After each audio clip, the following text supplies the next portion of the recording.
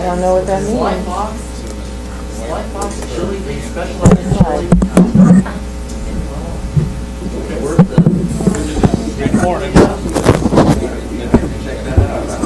All I watch is this and You have volume over there? That's Carter, so do you have volume over there? here comes that. Hello, volume? Yep. Knobs up? Okay, hold on. Find out about that.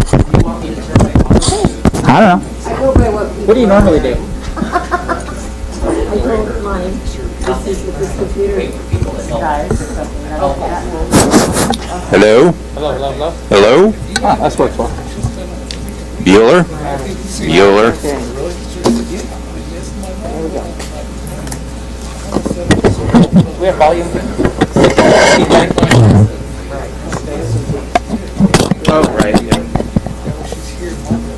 don't have any volume like throughout here. Yeah, that's what I heard. You seem like pretty unexpected. Yeah. Oh, maybe he does. Stupid ass drunk drivers. Or she popping Hey pills. Pete, Same thing. no volume for our. Got you now, Travis. Hey Pete, you got a minute? Can you hear me now? Yeah, there you go. No, Yes. it's on a plane or something. Yep, I can hear you. Oh, yeah, Lonnie. Yeah, no volume for our microphones here.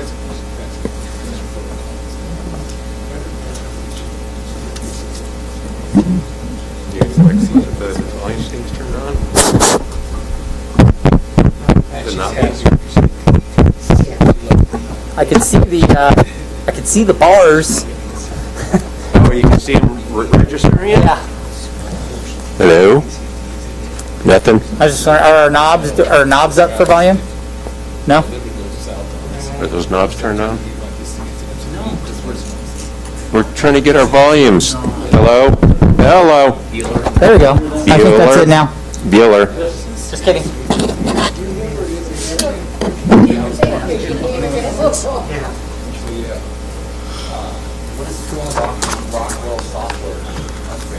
She started that one? I think so. Yeah, it is, and I checked on my phone. and it is. Thank you, sir. Oh, thank you, sir. You're awesome, thank you. In order to do this, we'll You make guys ready to call the meeting to order? We are live now. I know. All right, we'll call this meeting to order. It is a regular city council meeting, Monday, May 3rd, 2021 at 7:02 p.m. This conference will now be recorded. If I can get everybody to mute your cell phones and please rise for the Pledge of Allegiance. I pledge Allegiance To the flag of the United States of America, and to the republic for which it stands, one nation, under God, indivisible, with liberty and justice for all. Yes. Yes. So we'll slide them forward, I guess.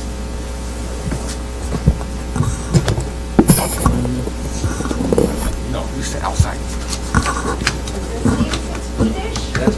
Yeah. Did anybody sign up to speak out there? Do you know? I think Frank's got 12-1 on there, but okay. Yeah, well, you never can beat you. Okay. Except when you're at a restaurant. You have COVID at the end. Okay. Should we double that? Alcohol. Oh. I'm gonna get everything. Roll call. Yeah.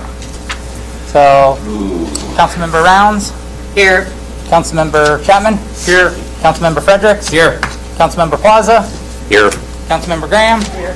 Councilmember Holland. Present. Councilmember Smith, present. All members are present. I'll move on to presentation or proclamation. So, Mayor has a couple proclamations that I'll read here.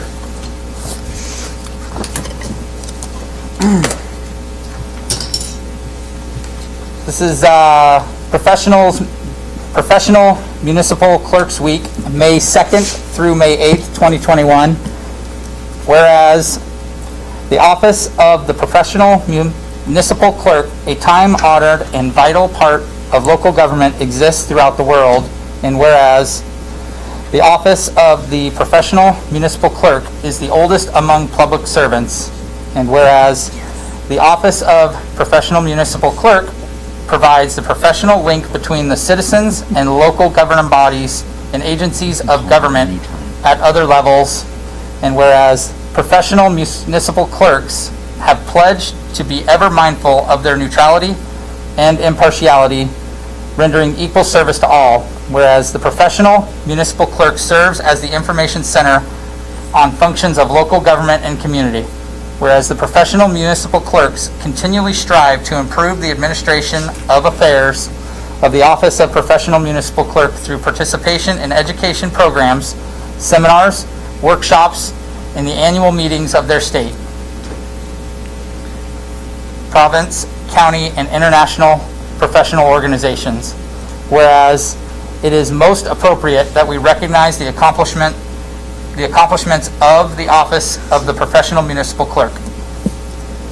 Now, therefore, it be it resolved that William A. Finn, Mayor of the City of Woodland, Washington, does recognize the week of May 2nd through May 8th, 2021 as the 52nd Annual Professional Municipal Clerk Week, and further extend appreciation to our professional municipal clerk, Gina Anderson, and to all the City of Woodland professional municipal clerks, and to all professional municipal clerks for the vital services they performed in their exemplary dedication to the communities they represent.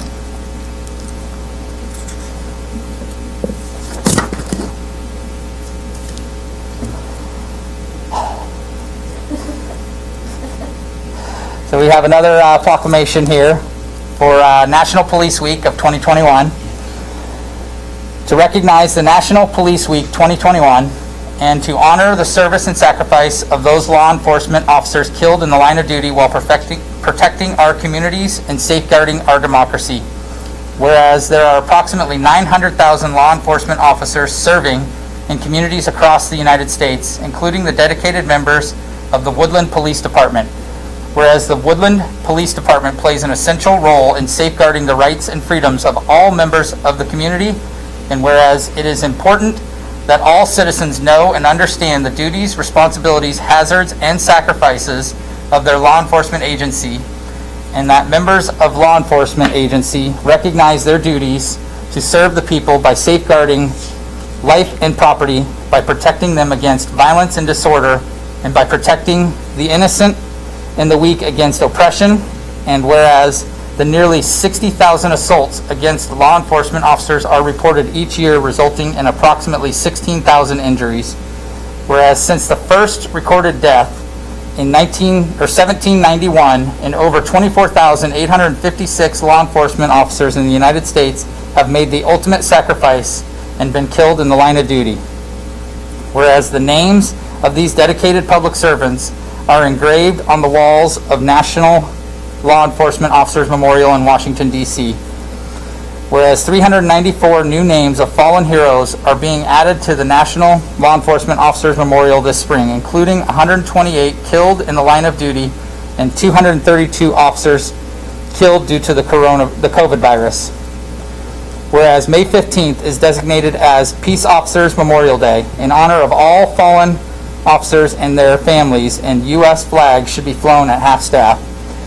Therefore, be it resolved that William A. Finn, Mayor of the City of Woodland, Washington, formally designates May 9th through the 15th as Police Week in the City of Woodland and publicly salutes the service of law enforcement officers in our community and the communities across the nation.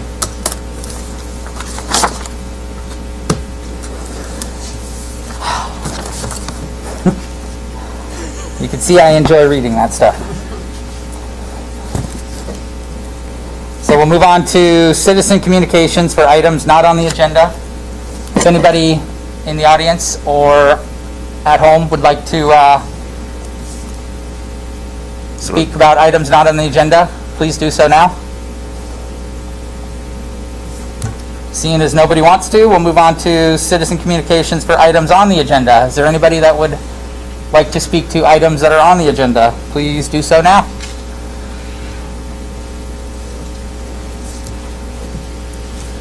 I love it when it's easy. So we'll move on to agenda approval. Move to approve the agenda, but I'd also like to make a motion to add an executive session at the end of the meeting in order to discuss potential litigation. Move to approve the agenda with an executive session added at the end of the meeting to discuss potential legislation. Seconded by Councilmember Frederick. I'll take the roll. Yeah.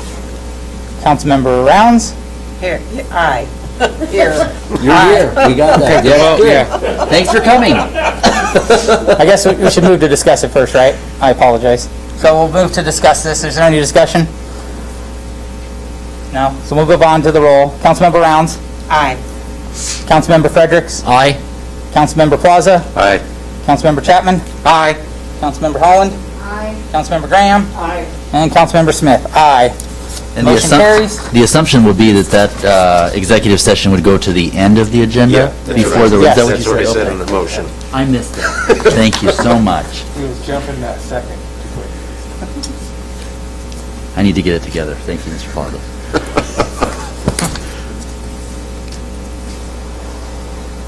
So, no public hearing. So we'll move on to reports of City Council. Anybody have any? I have no report. No? Okay. No reports of City Council. We'll move on. Reports of Standing Committee. Finance Committee. Yes, our committee met this evening. We discussed the financial report of the city, reviewed revenue and expenditures, both within line of where we should be at this time. We also reviewed cash and investment activities. All of this was done through the month of March.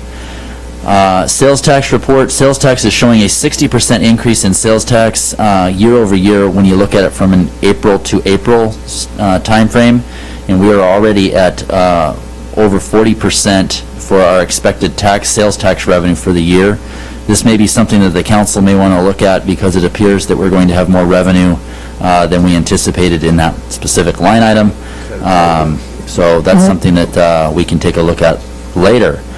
Meter readers request, the council did, or the committee did refer this to council for consideration.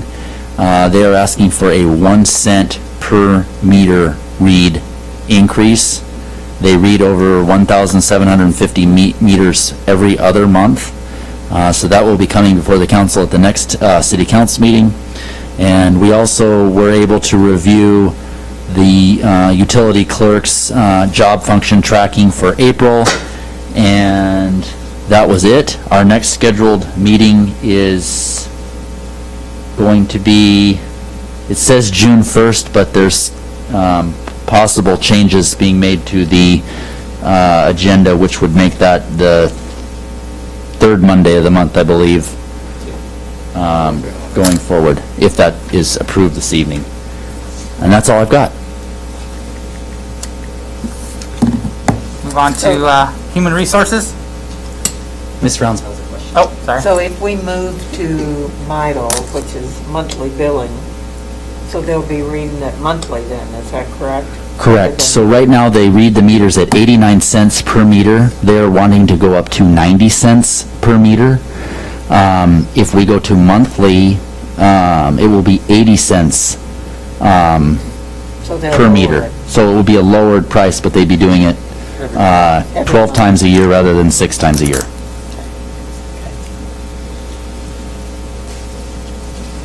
The next meeting will be on, 7th, is it the, that's what I have for human resources anyway. I think if that passes today, it'll change, right? Yeah, Stay tuned. possibly. Same that time, same that channel. So June 21st, I think, is what it'll move to if it passes. So Human Resource, Okay, the Human Resources Committee met earlier this evening and spoke about a couple things. The first thing was the Clerk-Treasurer office transition update. Basically, with everything that's going on, it was just to give us the info that the supervisors that are going to be in charge of taking on some additional duties have divided those duties amongst themselves and are getting ready to take over doing what they do. In addition to that, they discussed cross-training that has been requested by the clerks, and they're going to begin training them in various, whatever the cross-training is that they asked for. And that was about it for that. We also discussed the Public Records Officer designation, but that's going to be covered in the agenda, so I won't go into that right now. And the City Council committee changes, we also discussed that, but we are also going to talk about that during the action item, so why hear it twice? And so that was pretty much it. Our next meeting is scheduled pending agenda approval or action item approval, one way or the other, from June 7th at 6 o'clock, right here at the council chambers. Okay. Any other questions? Mr. Plaza, did you know on the items that were brought before your committee that are on the agenda tonight, were those referred to the council with the due pass recommendation? From during this Human Resources Committee? It wasn't asked one way or the other, just to let us know that that's what they discussed. Got it, thank you. Okay. No other comments? We can move on to reports of advisory committees. Chamber of Commerce. Just really quick, we're still open from 9 to 4, 7 days a week. Their passes are available for certain things. There's also a variety of gifts for visitors to purchase. Our legislative calls are all done. And then this Saturday, May the 8th, from 11 to 2 o'clock, the Chamber is hosting our Planters Day Princesses in the parking lot for sale of tickets and exposure for our groups. So we hope that goes really well. So I haven't bought your Planters Day tickets yet, or if somebody's wanting to know or speak to the court, so on and so forth, they are available from 11 to 2 this Saturday. And then just quick on downtown revitalization also. As far as I know, there has not been a meeting, and that is Ms. Coleman's, she is head of that too, so she may have other information. So that's it, in a nutshell. Okay. Ms. Coleman, did you have anything on downtown revitalization or? Yeah, I've been working with the secretary, trying to set up a meeting for the next couple weeks. We had some stuff going on behind the scenes, and so I'll be sending out a meeting invite probably the next couple weeks. We'll get a meeting out this month for sure. Okay, thank you. So, Cowlitz Wahkiakum Council of Governments, Councilmember Rounds. I'm not meeting with them yet until they're meeting in person. Okay. So, And that was the downtown Woodland revitalization, so that's done. So, reports of city officers. The mayor is not here, so we will skip that one. City administrator.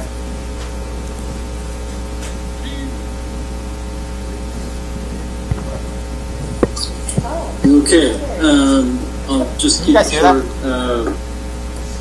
As City Councilor Plaza mentioned that supervisors have met regarding the Clerk-Treasurer's office. We're working together as a team to aid in the transition.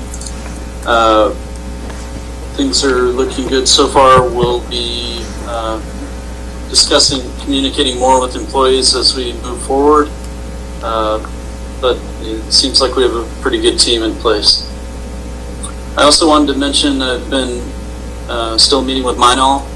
That was the company that was interested in utility billing. And we're getting fairly close on a contract. I'm hoping to get something to City Council by the first meeting of next month. With that, I'll leave it there. Just as a notice, we have a Planning Commission meeting scheduled for May 20th, 7 p.m. And I'll leave it there. Thank you. Thank you, Pete. Any questions for Pete? Yes. Councilmember Fredericks?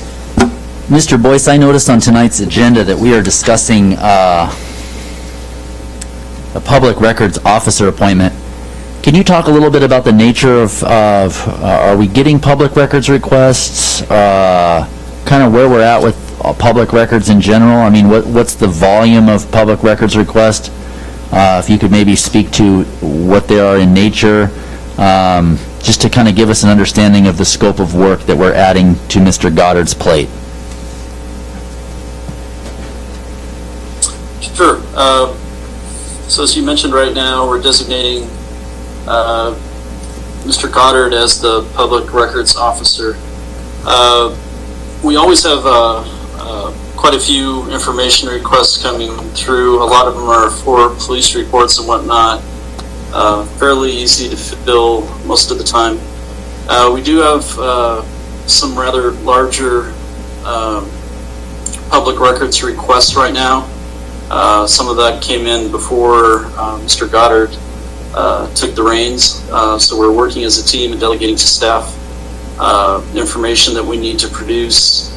One of them's rather large. It goes back a few decades.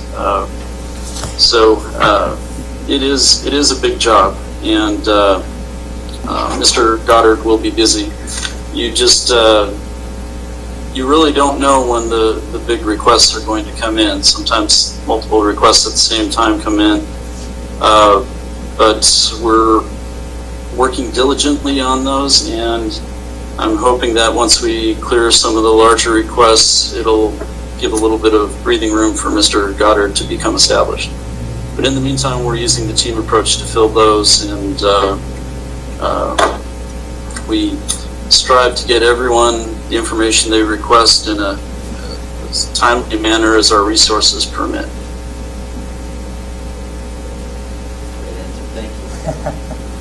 Thank you, Mr. Boyce. Is there any other questions for Mr. Boyce? Seeing none, move on to Clerk-Treasurer's report. Is Ms. Anderson on here? Did I? Oh, City Attorney. Sorry. There you go, Frank. I have nothing to report. Okay.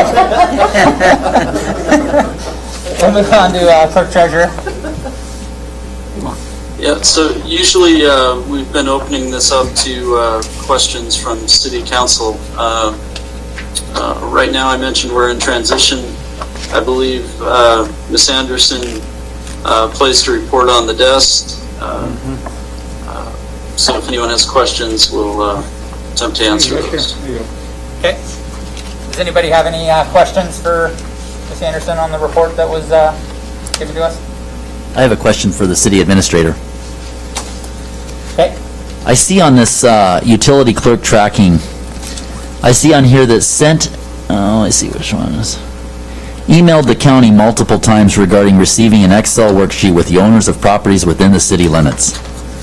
Can you tell me if are we having difficulty getting someone at the county to execute, and are you getting involved in these situations when that happens?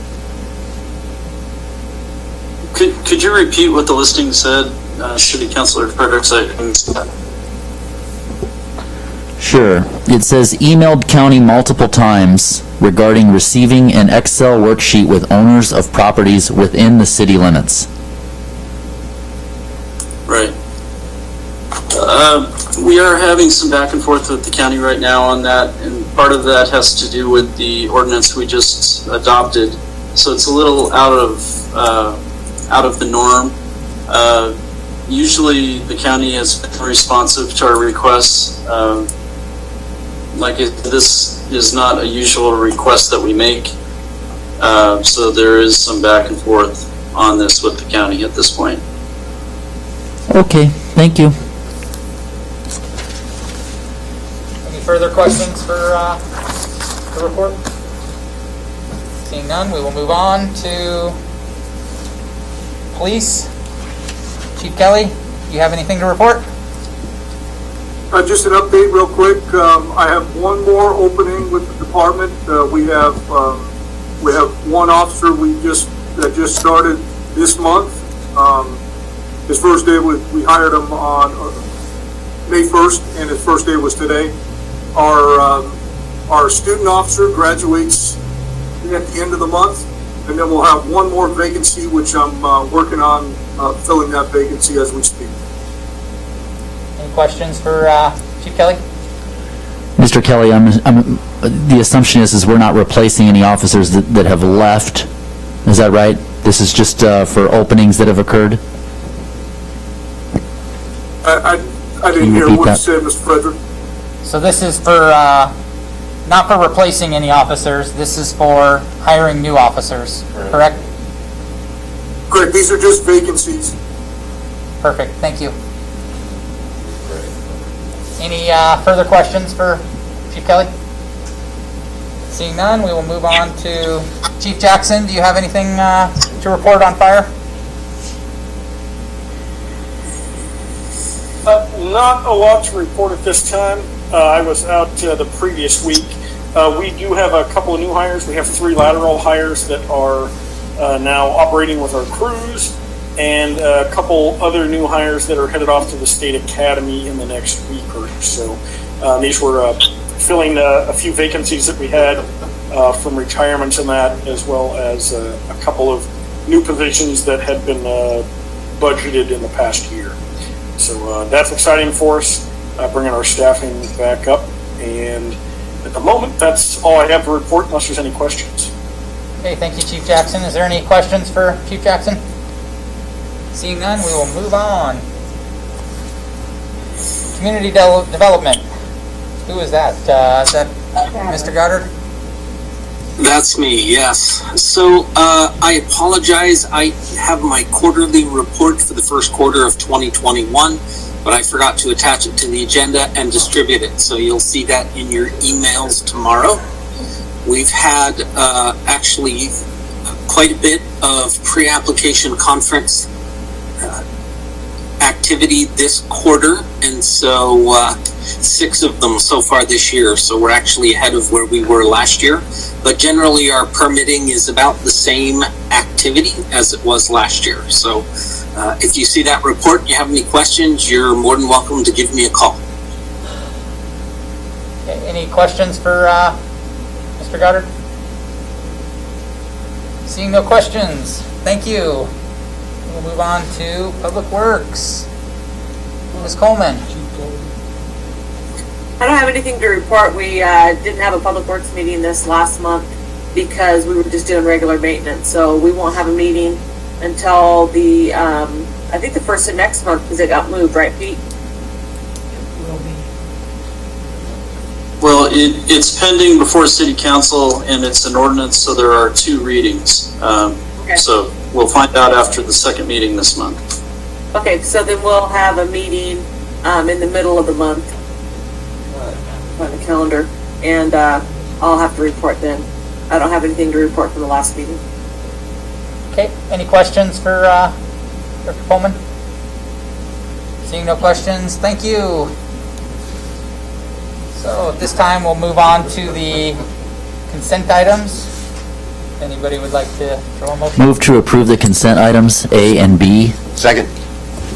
Motion to approve the consent items by Councilmember Frederick, seconded by Councilmember Plaza.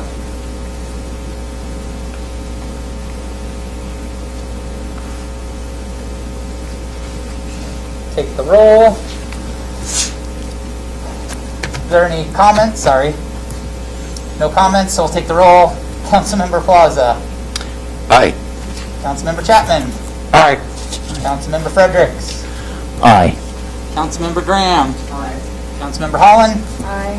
And Councilmember Rounds. Aye. And Councilmember Smith. Vote in. Aye. Motion carries unanimously. We will move on to action items. So, action item C, Clerk-Treasurer, Public Records Officer Appointment. Move to approve action item C, Public Records Officer Appointment. I'll second it. Motion to approve Public Records Officer Appointment from Councilmember Plaza, seconded by Councilmember Rounds. Any discussion? Yeah. Councilmember Plaza.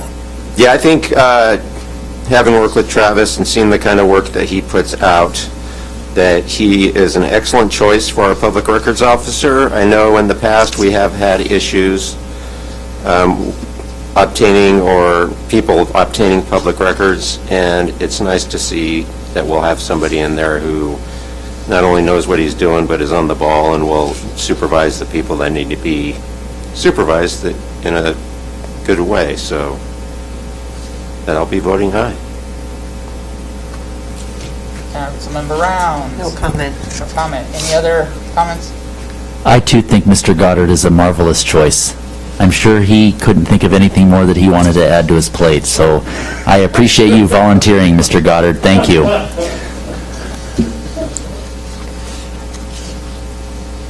I would second that. It has been a pleasure this last year or two working with Councilmember, or Mr. Goddard.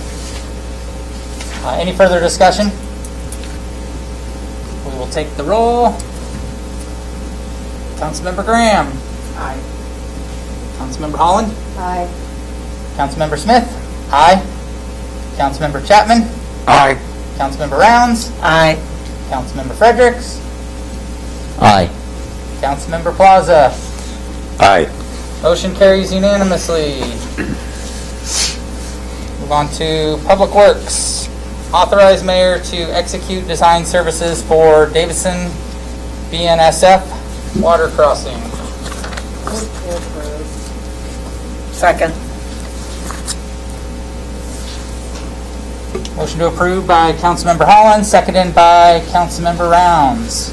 Councilmember Holland. I don't want to sound snotty, but I do Tracy's bidding here, so this is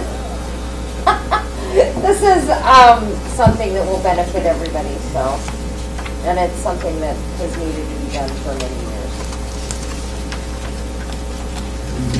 I agree.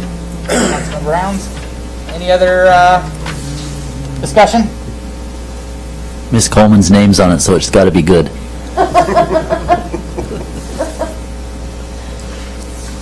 I would agree. We'll take the roll if there's no further discussion. Councilmember Holland. Aye. Councilmember Graham. Aye. Councilmember Plaza. Aye. Councilmember Chapman. Aye. Councilmember Rounds. Aye. Councilmember Frederick. Aye. Councilmember Smith. Aye. Motion passes unanimously. So authorize mayor to, action item E, Public Works, authorize mayor to sign agreement with CC&S for lift station back project. And I will motion to approve this. Second. Seconded by Councilmember Holland. I will discuss. It's a little awkward to be the one to actually motion when you're the one doing this. As far as factoring out the lift stations, we used to do this at the airport quite frequently, and it saved us a lot of headaches by cleaning these lift stations out and getting some of the garbage that gets flushed down there. I would agree this is something that could reduce the amount of call-outs and maintenance costs. Over the years, the amount of work that has increased by us not doing it at the airport has been a significant amount. And the maintenance workers continually ask why we're not doing it, and it gets to a point where we end up having to have somebody come out last minute to get them cleaned out, and it creates more headaches than what it's worth. So I would agree that this is a good thing, and will avoid a lot of overtime costs. Councilmember Holland? I would concur those are in line, your comments are in line with what Ms. Coleman had explained to us, and if I remember correctly, they're not quite sure when they'll get started on this, but it's on her list of things to do to save everybody time and money later. So, that's all I have to say. Any further discussion? Seeing none, we will take the roll call.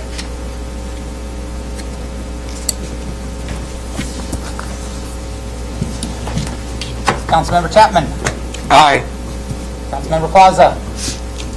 Aye. Councilmember Smith. Aye. Councilmember Fredericks. Aye. Councilmember Rounds. Aye. Councilmember Graham. Aye. Councilmember Holland. Aye. Motion carries unanimously. Move on to action item F. Amend city council rules regarding council committee meeting dates. Move Ordinance number 1484, council rules. Move to adopt the amended city council rules, ordinance number 1484. Second. Motion to adopt ordinance number 1484 by Councilmember Fredericks, seconded by Councilmember Plaza. Councilmember Fredericks. I've been here a long time and I've wondered this why we haven't done this. I just never thought. I thought there was a reason why we always had the finance committee meeting on the first meeting. But I guess we don't have to do that anymore, so I guess this fixes that. Councilmember Plaza. Yeah, from what I understand, basically this is just switching a couple of the meetings, the committee meetings from the first Monday to the third Monday and vice versa for the other two, just so it's more effective, all the way around. So, not a big deal, so I don't see why we shouldn't do it. Okay. Any further discussion? Seeing none, I will take the roll. Did you have something? Mm. Oh, okay. Councilmember Holland. Aye. Councilmember Round. Aye. Councilmember Graham. Aye. Councilmember Chapman. Aye. Councilmember Smith. Aye. Councilmember Frederick. Aye. Councilmember Plaza. Aye. Motion carries unanimously.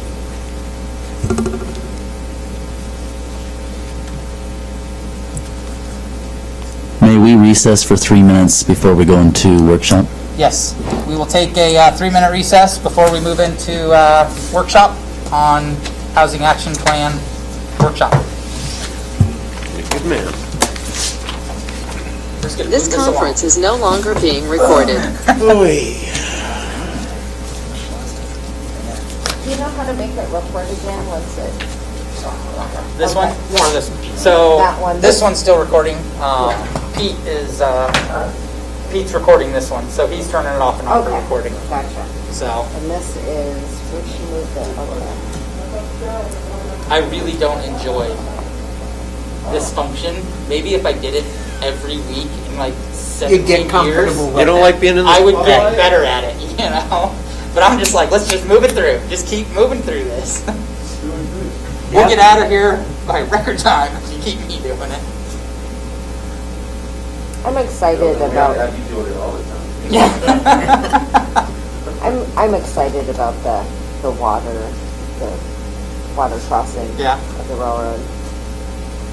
They do not like things going under, over, or around the Yeah. railroad. They don't like you being anywhere near it.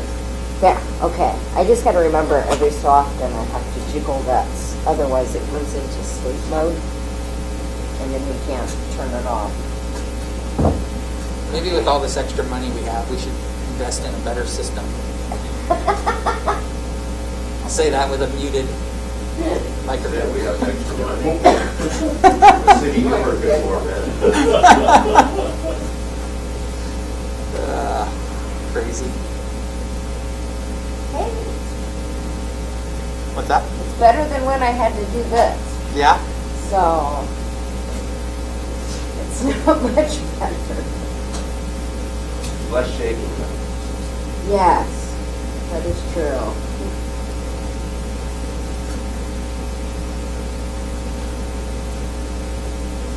Did anybody get out to the tulip farm over the weekend? It was beautiful.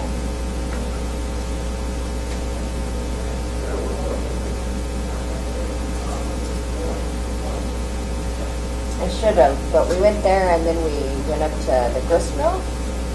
That was it was just such a nice day. So it was kind of nice to get out and have fresh air. I've lived here for over 15 years and I've never been to the restaurant. Really? Yeah. I never have either. I've never been there. I should say. Just say that I've been there. You've been there.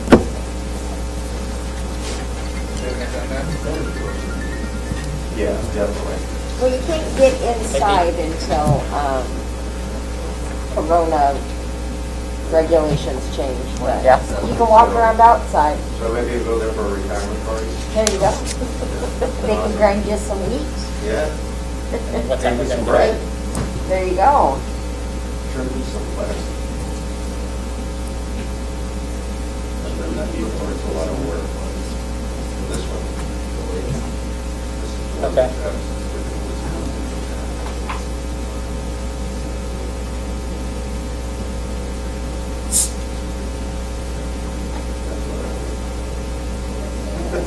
Okay.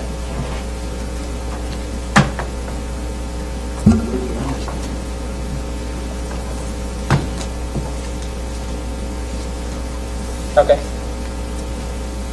Yeah, I agree.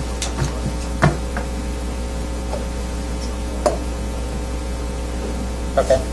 Aren't we supposed to say, like, we're going into executive session for legal potential litigation? Okay.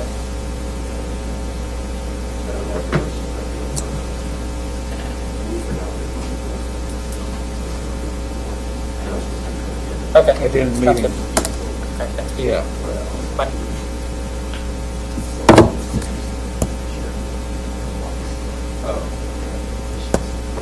What am I doing? So we're going into executive session now. No, after the workshop, I thought is what we discussed. Right. Just want to make sure we were all on the same sheet of music. Call the meeting back into order at 3:39.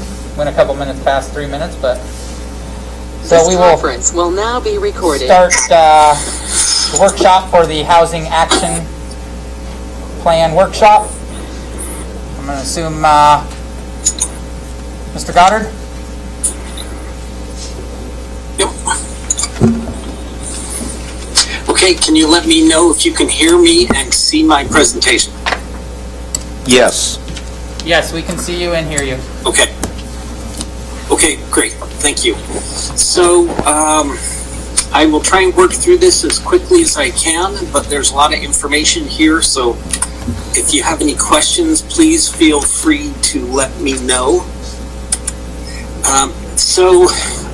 In 2019, we requested a grant from the State Department of Commerce, and it was for State House Bill 1923, and it's to increase urban residential building capacity. And the idea behind it is to pursue residential building capacity and housing affordability projects, code changes, and projects.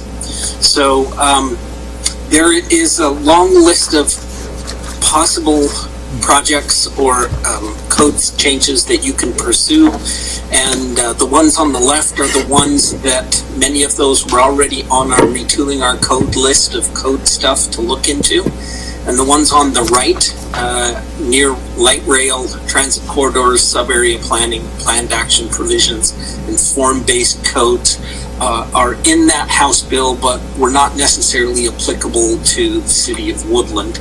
And so we'll go through these in a few minutes here, but I wanted to start by a discussion about affordable, because affordable housing is a large part of the idea behind this bill, and that is different ways of making housing more affordable in your community include supply and demand, plus tools that you can add to your toolbox for individual developers and individual homeowners who might be looking for extra income as a way to stay in their existing homes.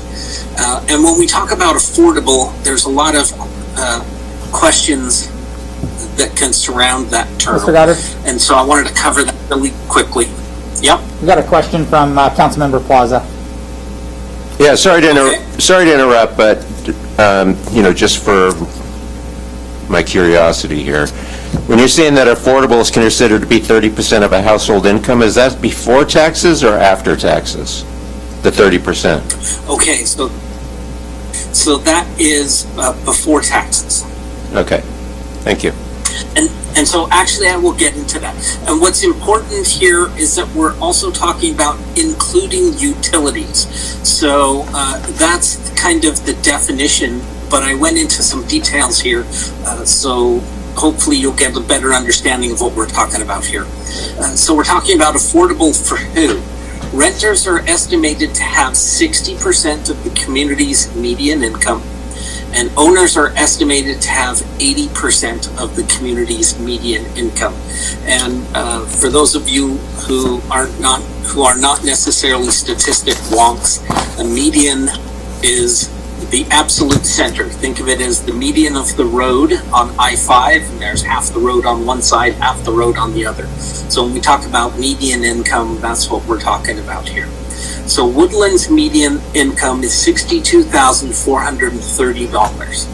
So theoretically, our median income for renters is about $37,500, and for owner-occupied homes, it's about $49,000, almost $50,000 for a median household income. So again, we're talking about what is affordable for the owner income. If you're making $49,944, affordable housing is 30% of that, or $14,983. So you divide that by 12 months. Your average monthly mortgage is $1,248, including utilities. And for renters, when you work out that math, we're talking about $936 per month, including utilities. So if you aren't talking median income, low-income households are considered 80% of the median. Very low income is 50%, and extremely low income is 30% of that median household income. So extremely low household incomes for the city of Woodland is that household is making about $18,729.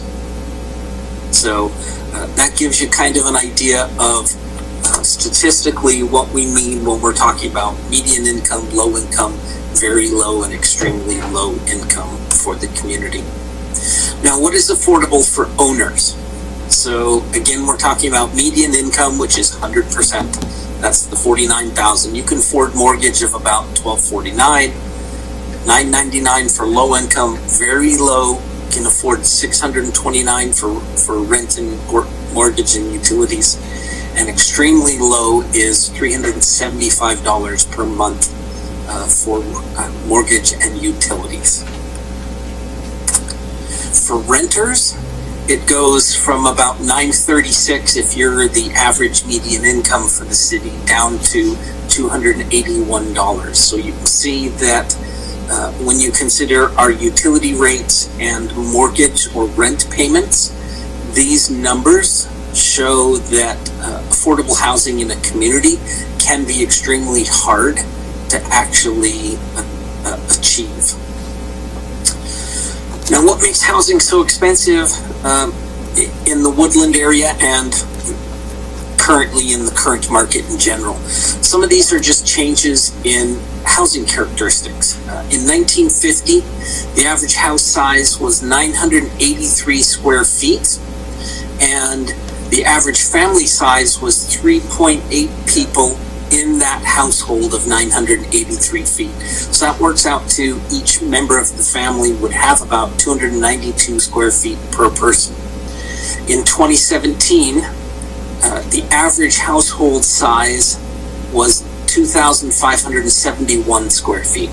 And we have 2.5 people, so 1.3 less per household. And the square footage has almost quadrupled to 1,012 square feet per household. So when you consider part of the reason for affordable housing issues, it's because we are building much larger structures for much smaller housing sizes. Part of the other issues that we're wrestling with, and that is our proximity to other communities. So Woodland's median income is $49,994. Clark County, $79,399. Ridgefield is about $103,000. La Center is about $90,000. City of Vancouver is about $61,000. Klamath is $57,000. And rural Cowlitz County seems to be the only neighboring jurisdiction where the actual median household income is lower than it is in Woodland. So that kind of gives you an idea that we are competing with more affluent communities for housing stock. So as a planner, part of what that tells me is the reason why we have so many commuting workers is because they're making more to work outside of our community and commute. The other issue is supply. Our construction trends go from 53, 54 units in 16, 17 to 27, 24. Last year we built a total of 7 residential units. Although I need to point out that we lost 10 units last year. So we had some units move, we had a fire, and we had a house removed. So in 2020, the City of Woodland's population actually decreased. So that's part of the constraints on our housing. Which kind of gets us back to the idea behind State House Bill 1923. And luckily, in the last couple of years since I've been on board, we've gone through a pretty extensive process of keeping a list of ideas that we would like to take a look at or code sections that need to be fixed. And specifically, when you look at this, this is the same list you saw before, but the issues in red were all code sections that we had identified to fix. We just hadn't had a chance to get around to do it yet. And the other two on the left-hand column, the SEPA exemptions and the net density, were already in state codes. We just hadn't updated our code during this research project. So if you don't have any questions, I can go ahead and start diving into some of these individual discussions that the Planning Commission has had so far. Councilmember Fredericks has a question for you. Okay. So, Mr. Goddard, you talked about what makes housing so expensive. We're currently in the middle of one of the largest lumber shortages that we've had in several years, which is also the beginning stages of what many see as a very high inflationary environment. You talk about supply, but demand is also extremely high. Doesn't that raise the price of an item? It's typically market driven. If you've got a lot of If you don't have a lot of supply and there's more demand, it typically drives prices higher. And if you invest in real estate, that's a return on your original investment. And so I guess that would be, what are your thoughts on that? So you bring up some really good points. This initial presentation, the first time I gave it to the Planning Commission was in August. And then we did a refresher in, I believe it was January. And so at that time, we weren't even experiencing the significant increases that we are seeing in construction materials at this time. So I didn't bring that up, but I was trying to focus specifically on the issues that we could influence as a city and that are brought up by this housing bill. In other words, can we add more tools to our toolbox, whereas we can't necessarily affect the construction material market. Got it. And then I appreciate... And specifically, we can affect supply, we just can't affect demand. Correct, yep, got it. The other question that I would have, and just your opinion, when I reviewed House Bill 1923, and I looked it up today from 2019, I noticed that not a single member of our district, either in the Senate or the House, voted to support this bill. Can you explain maybe what their reasoning, why members of that, of our own 20th district delegation would have all voted no against House Bill 1923 back in 2019? You know, I'm sorry, unfortunately, I don't have enough history on that to actually get into that. So Okay. I can certainly call and find out for the next presentation if you would like me to. I think some of the concern, at least from me initially on this, is the possible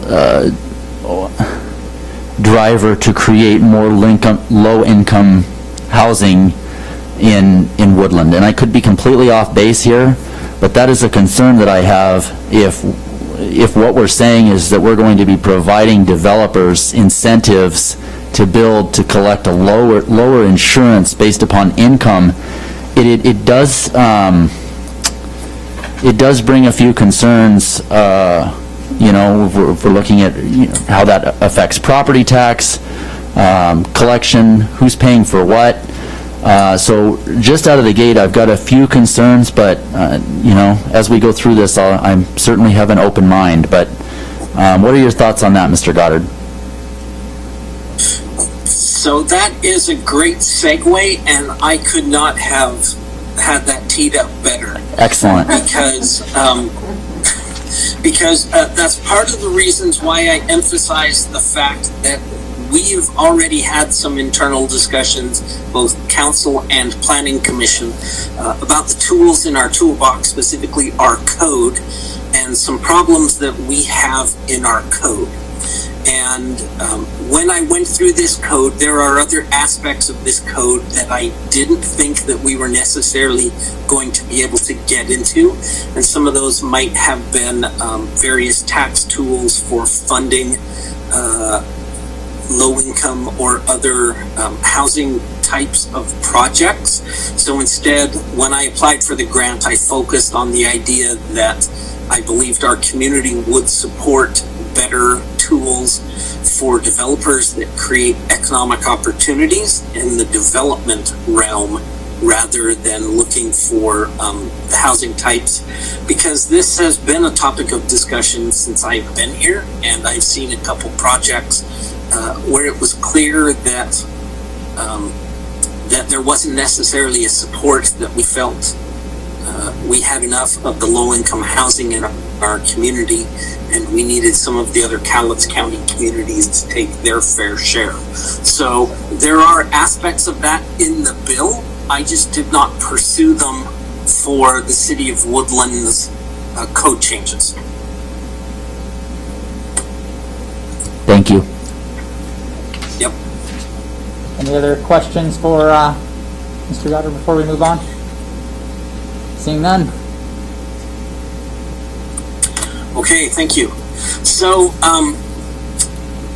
like I said, the segue into these code changes, I think these are important, low-hanging fruit that make a lot of sense from Woodland's attitude towards wanting to be development-friendly and also efficient and effective in our processes. And this is one of the issues that I identified first. Currently, short subdivisions or a short plat is up to 4 lots, whereas the state rules allow you to divide your property into 9 lots as a short subdivision. So our code is actually doesn't maximize the amount of short plat opportunities. And the difference between a short plat and a subdivision is short plats are administratively approved by staff, and the process can take about 45 to 90 days, whereas a subdivision requires review by the Planning Commission, City Council, and it can take approximately 4 to 5 months, and the cost could be about triple. So by changing our short plat code from 4 to 9, we would actually only have to change 6 words in our code, and I believe 4 of those we would just simply replace the word 4 with 9, and 2 of them we would replace the word 5 with 10. So it literally wouldn't make any substantive change to our codes, but it has huge reductions in bureaucracy. It will save time and money, and it doesn't actually change the density or increase the amount of development that'll occur. It just may encourage small-scale development projects rather than the large-scale development projects that that we are currently experiencing applications for. So those code changes were proposed and were presented to the Planning Commission in their April Planning Commission. So if you wanted to take a look at those 6 words that would need to change, you can take a look at the Planning Commission agenda, which is currently on our website. Question? Any questions about that one? Question from Councilmember Fredericks? Mr. Goddard, so can you maybe just explain very briefly the bureaucratic process? When you say huge reductions in bureaucracy, I read that as what are we doing that is different? Is the original process going through the Planning Commission and then the council, and is this taking away that step, which is and just making this a staff decision?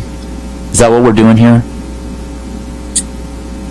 So in a sense, yes, it does. If you are currently developing a project with 5 lots or more, it would require a Planning Commission meeting, and it would require City Council review and approval. So that number would change to 9, meaning that smaller projects up to 9 lots would not have to go through the Planning Commission and would not have to go to the City Council. So, Mr. Goddard, there might be some that are looking at that going, well, the city council's the voice of the people of Woodland, and we're basically giving up our voice in that process by allowing staff to go ahead and make the decision, in essence, for us. Is that something that should be concerned, that maybe council members are giving up their legislative duty to an unelected city official to make a decision? So that is a good question, and my response to that would be, as a unelected city official, I am responsible for implementing the code, and that code is written by the City Council based upon a recommendation by the Planning Commission. So I am, in effect, implementing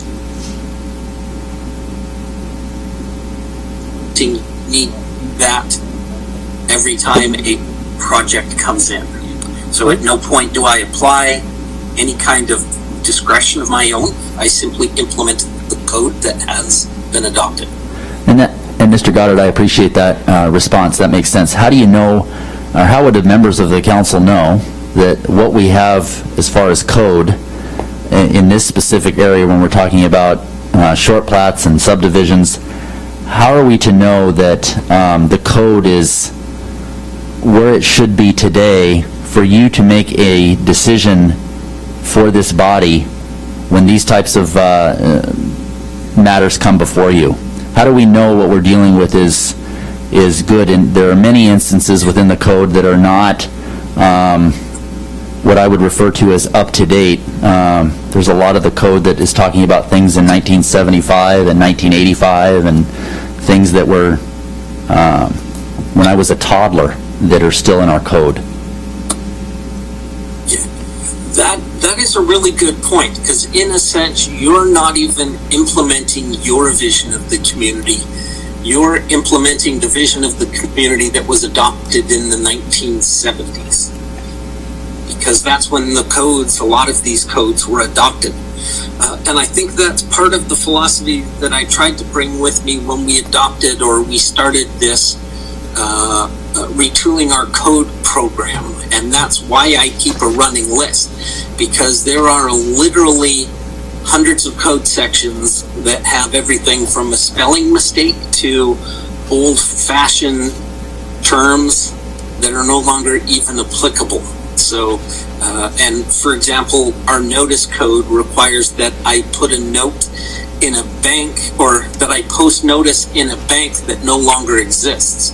So instead we post at the post office, we post at City Hall, we post at the police department, because the bank no longer exists. But I think that's part of the reason why you hire a professional planner, and why I'm presenting these to you in batches. For those of you who've known me the last couple years, I've probably taken more code changes to you in the last few years than you might have seen maybe in the previous 5 or 6 years before that, simply because the amount of workload allows me to fix these as often and as quickly as I can. But that's why we've got a huge list. There's probably about 60 items that need to be addressed on that list. And I guess from my perspective, Mr. Goddard, I don't necessarily agree or disagree with any of this, but I just want to make sure that we have, if indeed the council does move this direction and does support whatever we need to support here, that you're working with a code that is in line with the vision of this community in 2021, not in 1983. So that's what I would hope for, is that we would maybe get the horse and then the cart. Sure. Now there is one other thing I would like to point out. I get down into the weeds of the process related stuff, but you'll hear me quite often talk about permit types. Type 1, which is an administrative approval. Type 2, so a type 1 is an administrative approval, and it has no discretionary standards at all. So for example, let's talk about a fence permit. It has to be on the property line, it has to be less than 4 feet in height, it has to be less than 3 feet in height, or it has to be 6 feet in height. So there's no discretion on my part. I can figure out where the property line is, I can figure out how tall it is, and you either get a permit or you don't. There's no discretion. So a type 2 permit actually requires, it is an administrative approval, but it requires public notice and public involvement. So we will post the site, we will post notices of the application, and we will do our best to let the neighbors know that there is an activity occurring. But again, it doesn't include any discretionary standards. So in this case, we're talking about a short subdivision of a property, dividing it into 4 lots or less. If you install the frontage improvements, if you install the sidewalk, if you install the water, you install the sewer, if you make all of those improvements, I am obligated to approve that short plat. There's no discretion. Just because I don't like the applicant or I don't like the location, if you build the roads, you build the public infrastructure, I have to approve those lots. Now, subdivisions, which are currently 5 lots or more, are those kind of permits that go to the Planning Commission, and they include discretionary standards. And for example, Kirkland Senior Living is a great example of those kind of discretionary hearings. And ultimately, is it in character with the neighborhood? The Planning Commission makes a recommendation, and ultimately the City Council gets to decide. So our code is very specifically set up to, you don't need to check the fence heights. The Planning Commission doesn't need to get involved whether the road frontages, the sidewalks are being installed. But if there is any kind of discretion, that's where you don't trust me, you trust the Planning Commission. And it's my job to help them understand the application, and the City Council is the one that makes the ultimate decision. So that is built into the code currently.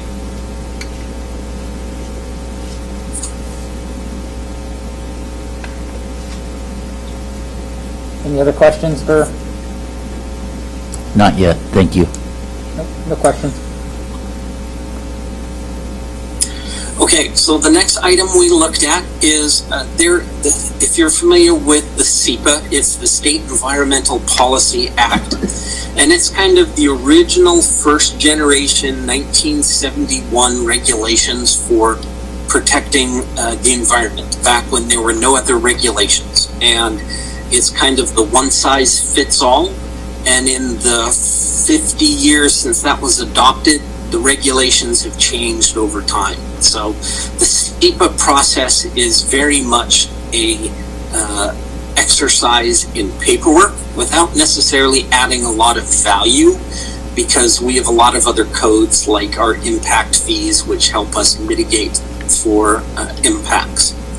And specifically, there is an impact that's encouraged by 1923, and that is for infill and mixed-use projects can be exempt from SEPA review under certain circumstances.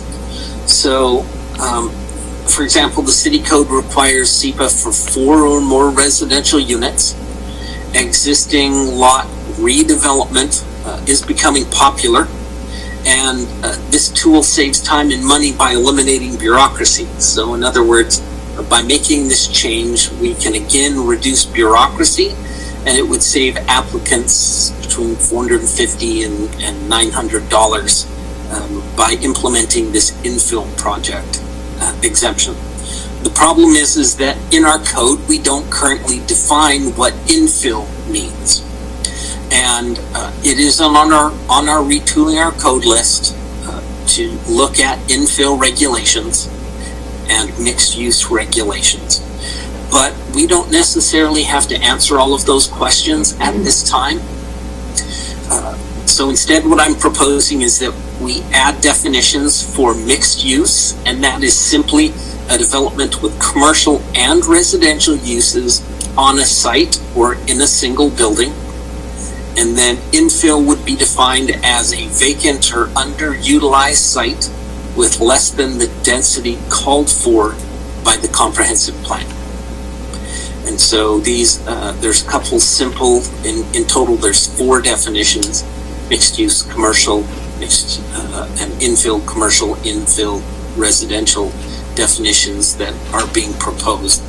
But the idea is that if you have a small existing lot and you are looking to add maybe an accessory dwelling unit or divide your property in half, you wouldn't have to go through a SEPA process under certain circumstances. And so this is kind of a way to avoid bureaucracy that doesn't add much value to the process. Any questions on that? Seeing none. Wait, Councilmember Frederick? Okay.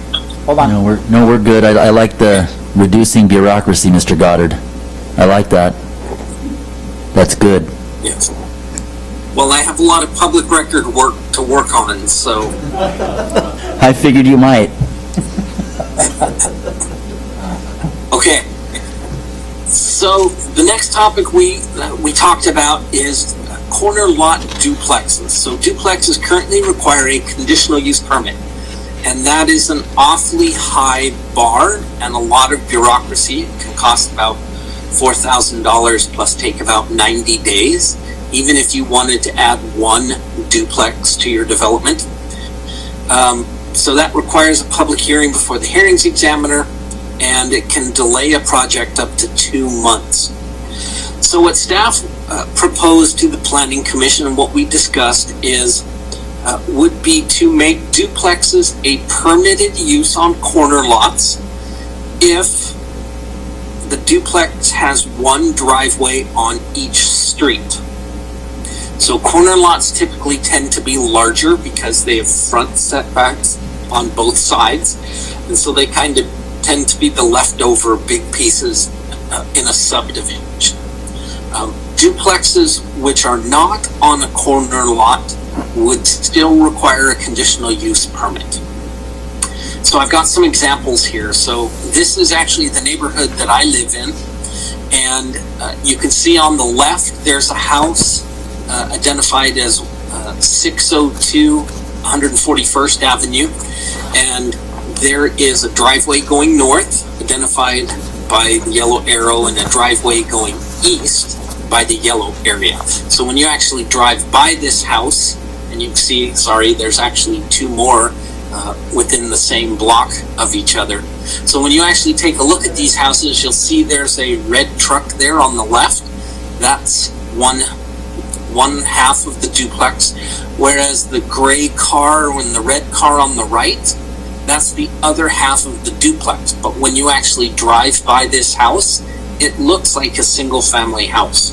As a matter of fact, I lived in this neighborhood for 2 years before I actually realized it was a duplex. Here's another example. So this is actually just down the street. The gray car in the foreground is in front of one garage, and then the silver car on the left is farther down the block, and it's also the other half of this duplex.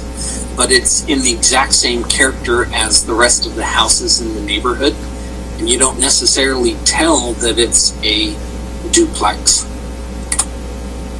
And so that gives you an idea of kind of what we discussed with the duplexes on corner lots.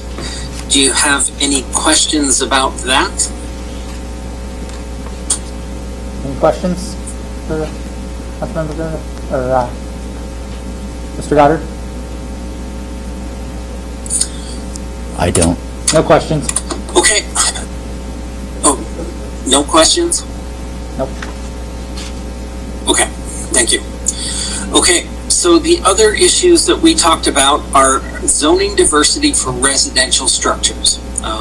And our comprehensive plan and the Growth Management Act, the state housing bill that we talked about, is encouraging 6 units per acre, and that's a net. And so trying to increase the density, this code, RCW, is trying to look for allowing different types of housing units in different communities or different areas of the community, different zoning. So it specifically lists duplexes, triplexes, quads, sixplex, stacked flats, townhomes, and courtyard apartments. So our code, and this is a matrix I made out of our code, and what you actually see is single-family dwellings are permitted in a lot of the zones. Duplexes are permitted in single-family residential zones or low-density residential zones, but only with a conditional use permit. But we have a significant variety of housing types. They just tend to be adult daycare, adult family homes, family daycare homes, manufactured homes, guest houses. Recreational vehicles are prohibited, but they're on this list as well. And then our biggest tool is the Planned Unit Residential Code. But that's only applicable for subdivisions. And so, although we have this huge variety of codes or uses that are permitted by our code, the actual functional tools in our code are terrible. As a matter of fact, we really have no incentives to either achieve density or to add a variety of housing facts. In fact, our code adds cost and it adds time, and those delays are disincentives to build anything other than single-family residential dwellings. And as a result, that's kind of why we're seeing no residential construction, simply because there's no single-family residential land that has been subdivided in the past, by the look of it, 6 or 7 years. Now, the one exception is in the last 2 years, we've had 2 subdivisions up Lewis River Road, but those are the first ones that I've done since I've been here in 2018. Mr. Goddard? Let's see, sorry. Mr. Goddard, question from Councilmember Fredericks? Sure. Can you go back to the last slide? Can you talk a little bit about a couple things? First off, I would say you should have seen what our planned unit residential development code was before the one that we adopted, I don't know, sometime past 2010. It was a train wreck. So it's actually an improvement over what we had. But can you speak a little bit about different types of housing products? And I guess what comes to my mind would be cottage housing. Can you talk a little bit about the different housing products, so to speak? Sure. So this, I think, is... Talk about it again. Talk about it again, Mr. Goddard. Housing products evolve over time, and when I think of something like a stacked flat, if you're familiar with the green apartments that are across from the new library site on the corner of Buckeye, Gorig, Lakeshore, that is a stacked flat example. Townhomes are the Sequoia Park, the bird homes or the bird houses on Lewis River Road. Those are examples of townhomes. Now the courtyard apartments, there's nothing in our code that would currently allow those, but you're absolutely right that our planned unit residential development is much better than we had previously, but there are not necessarily the incentives to encourage additional density. And actually, another great segue, because I'm just getting ready to talk about planned unit residential development. So for those of you who aren't familiar with it, it's an existing process that we have in our code, and it's based on points. And the idea is the developer gets flexible code standards in return for improved design considerations. And there's two types of planned unit residential developments. There's the basic one for 39 points, and an advanced planned unit residential development for 69 or more points. Unfortunately, since the PURD code was adopted in 2011, we have not had any advanced PURDs proposed. And so, because we are looking to encourage variety, what I recommended is that we try and add some of those tools to create the incentive to do an advanced planned unit residential development.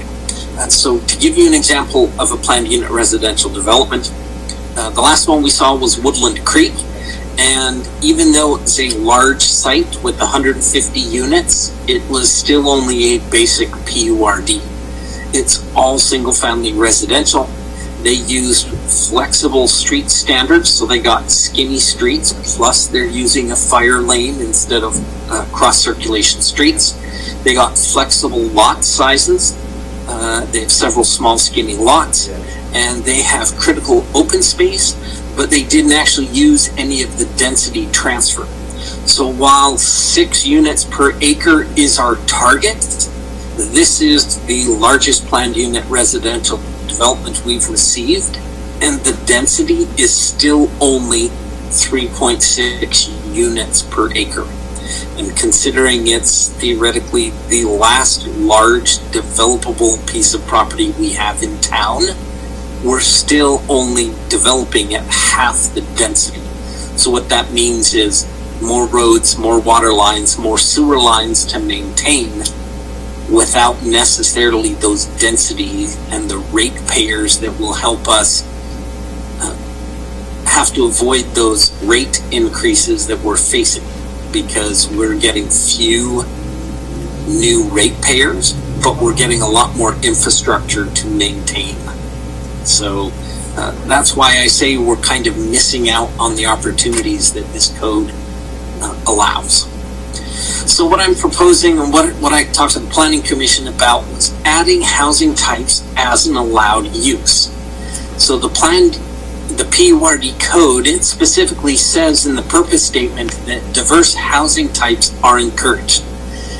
Density limits already exist, and the character of the neighborhood is a PURD consideration.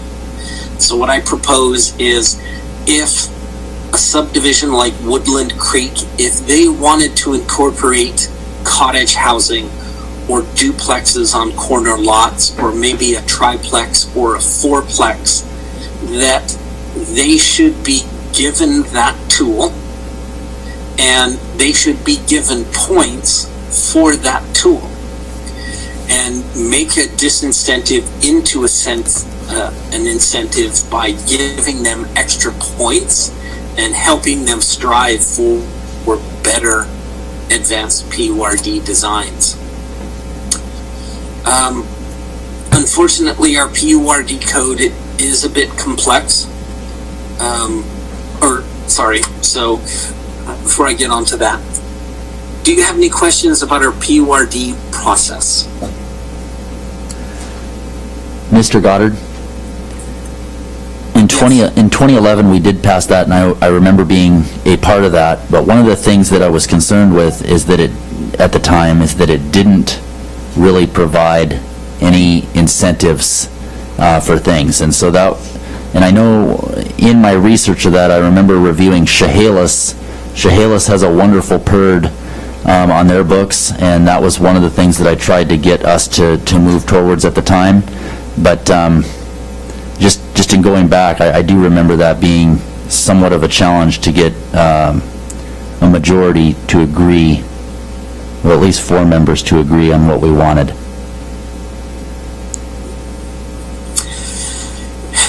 What's the PURD? There are a lot of creative, imaginative ideas out there. And one of the benefits of having Melissa Johnston on our staff as the associate planner is she has been really good for me, because she works with the Planning Commission and she likes doing research and looking at these new creative ideas. So I'm really happy to have her. We didn't want, Mr. Goddard, at the time, we did not want a recreation of the PURD that we had off of Insel. And I think that that's what the issue, so it was written in a way, not what we wanted, but is what we wanted to prevent from happening in the future. And I think that that's how we got stuck with that PURD, and there was a lot of work that could have gone into creating a PURD that was, PURD code that was more incentivizing for different types of styles and uses. So I just think there's a lot of room for improvement on our PURD, and I'm glad that Ms. Johnstone is looking at that. Yeah. So the one thing that I would like to emphasize, and that is this grant in some sense came at a terrible time, because of, like we did in 2018, I would have really liked to get out in the community and have a lot of public meetings, have a lot of open houses, but we didn't have that opportunity.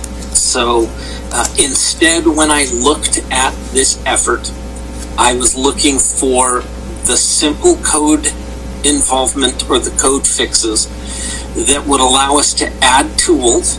And in this case, because planned unit residential developments require public hearings, it would require the Planning Commission and the City Council to consider the character of the neighborhood.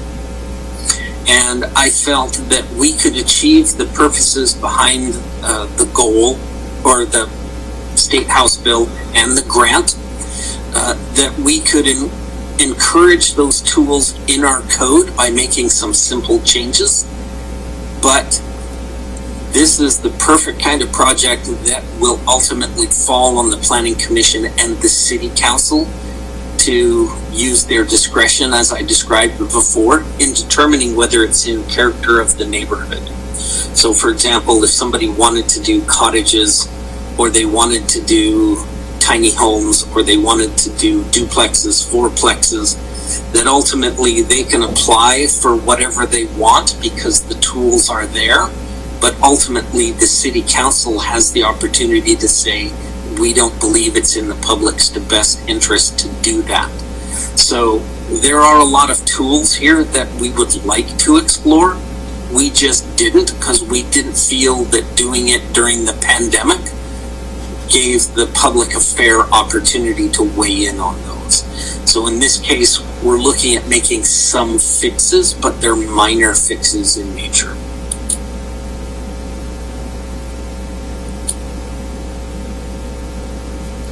Thank you. No further questions.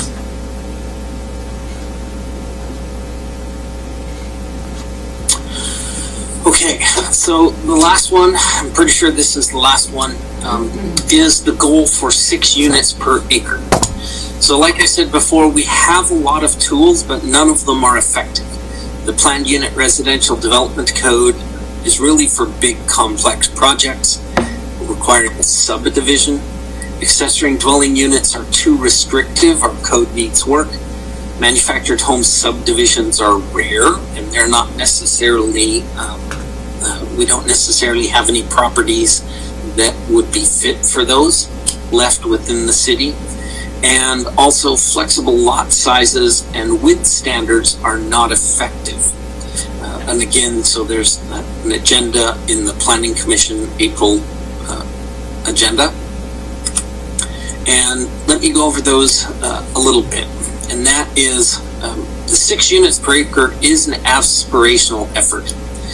And currently, this is what our low density code looks like. We have LDR 6, 7.2, and 8.5 and 10. So that represents 6,000 square foot lots, 7,200 square foot lots, 85 and 10,000 square foot lots. So this next column tells you how many units per acre. That's gross. And on the right is net. So once they dedicate for road and right of way, even our highest density, low density residential still does not meet that aspirational goal of 6 units per acre. So looking at the tools that we have, one of them is lot averaging. So what it says is a portion of your lots can be smaller than the minimum lot size. That's assuming that you get, you might have 4.5, or you might have a property that's big enough for 4.5 lots.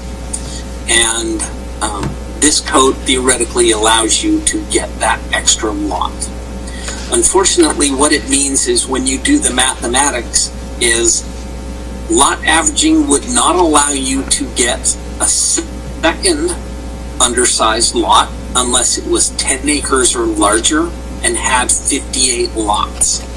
And we've done one lot or one subdivision that's that big since I've been here. Lot averaging would not allow you to get an additional lot unless the subdivision was 126 acres.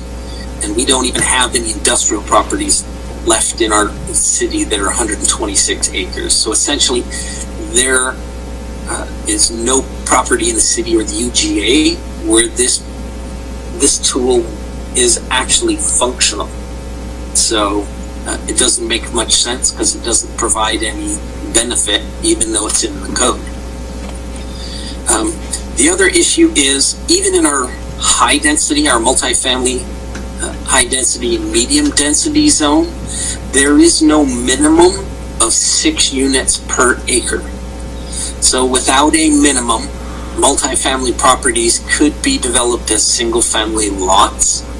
And so we could implement this state house bill by simply adding a minimum 6 units per acre goal. And staff also recommended that we add it to the Planned Unit Residential Development Code. So, for example, Woodland Creek is a good example of a project where they didn't use any kind of their density. As a matter of fact, they're half density.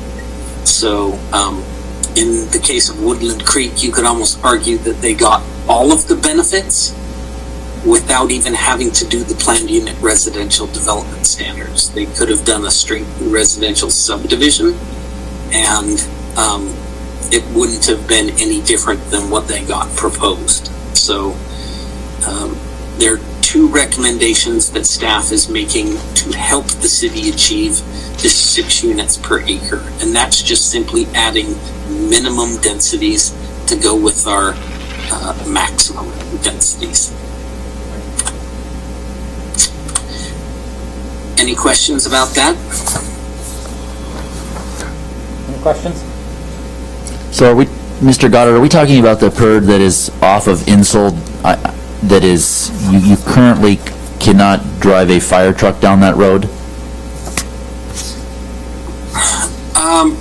I am not sure which one you're talking about, but those are the kind of proposals that a planned unit residential development I meant off of Gun would Club. entertain. Is it off Gun Club? You know which?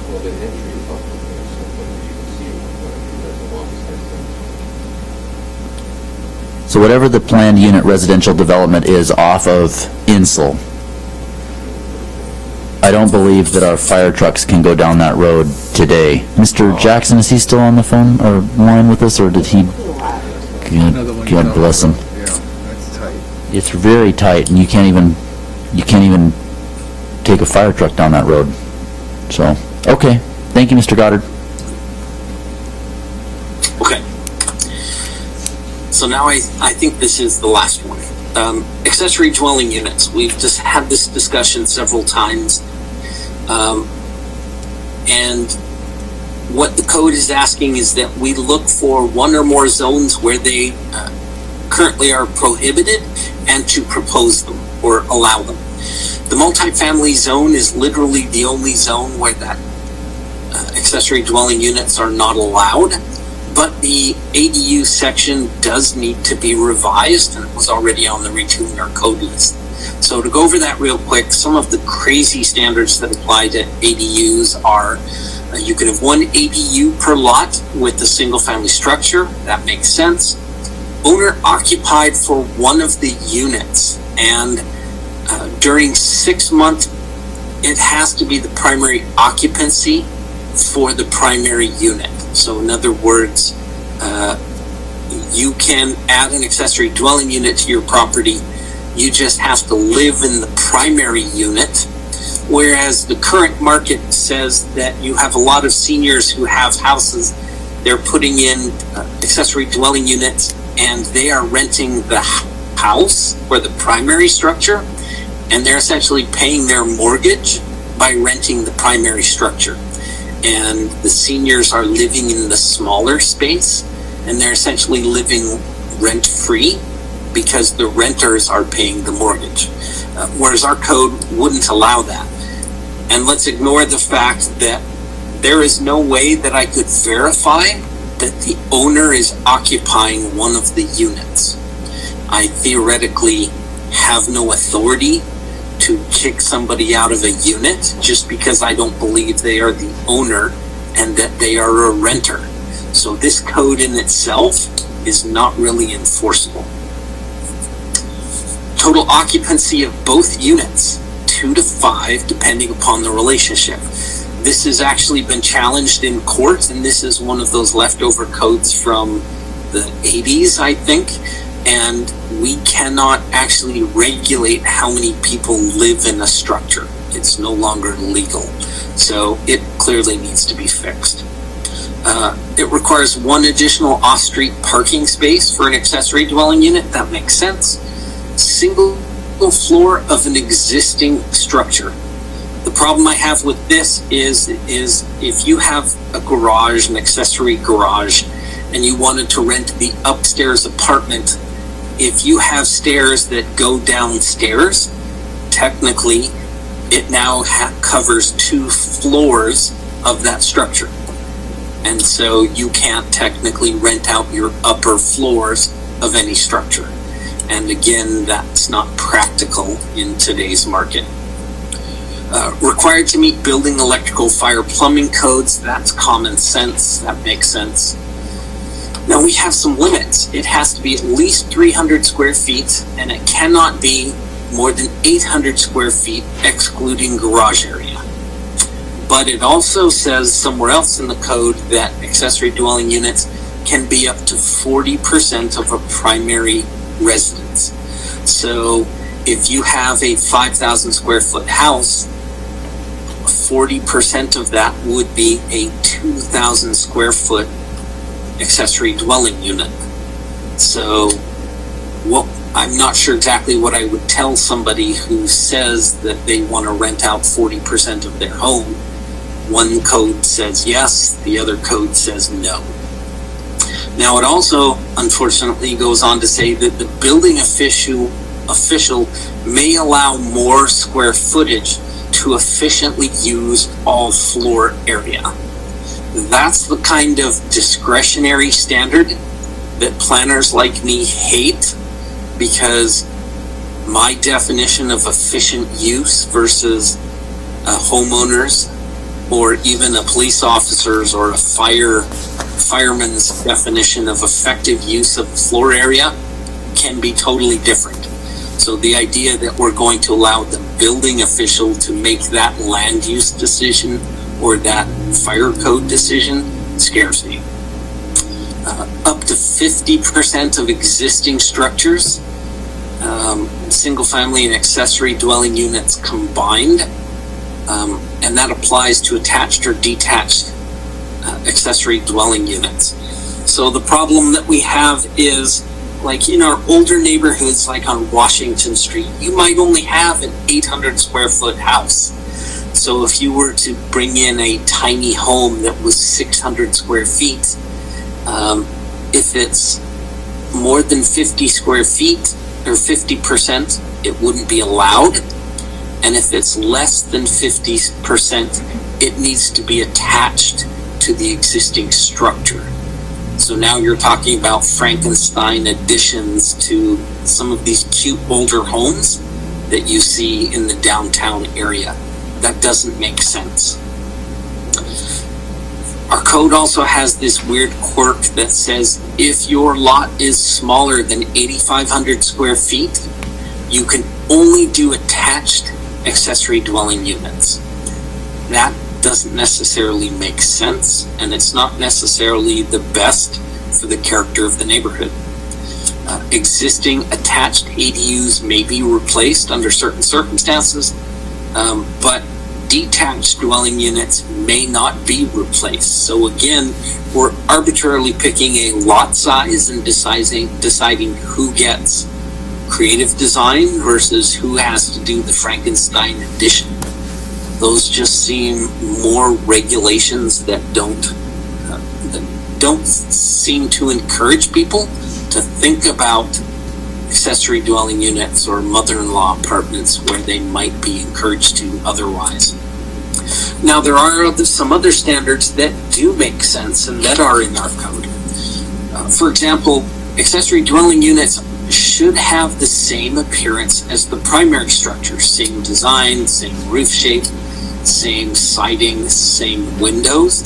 That's to keep the character of the neighborhood, because it has to be compatible with the surrounding single-family homes. Additionals should keep the roof and the pitch, the siding, the windows, and they should have a separate entrance. And it actually goes on to say that only one door should be facing the primary street, and accessory garages should not face the street if avoidable. So if you're going to have an accessory dwelling unit in the backyard, if it's a side entry, that means you're not seeing huge garage doors and you're not seeing multiple units. Your neighbors don't notice that you've got an apartment tucked back there. And it has to be at the rear of the residence or the rear of the lot, unless it's impossible due to lot shape and lot size. But to me, those are all issues that I can review with the building permit. We don't need to go to a hearings examiner for the hearings examiner to approve your siding or your roof pitch or your windows, the size and design and the color of your window frames. There's no reason why I can't do that as part of your building permit review instead of requiring a full public hearing.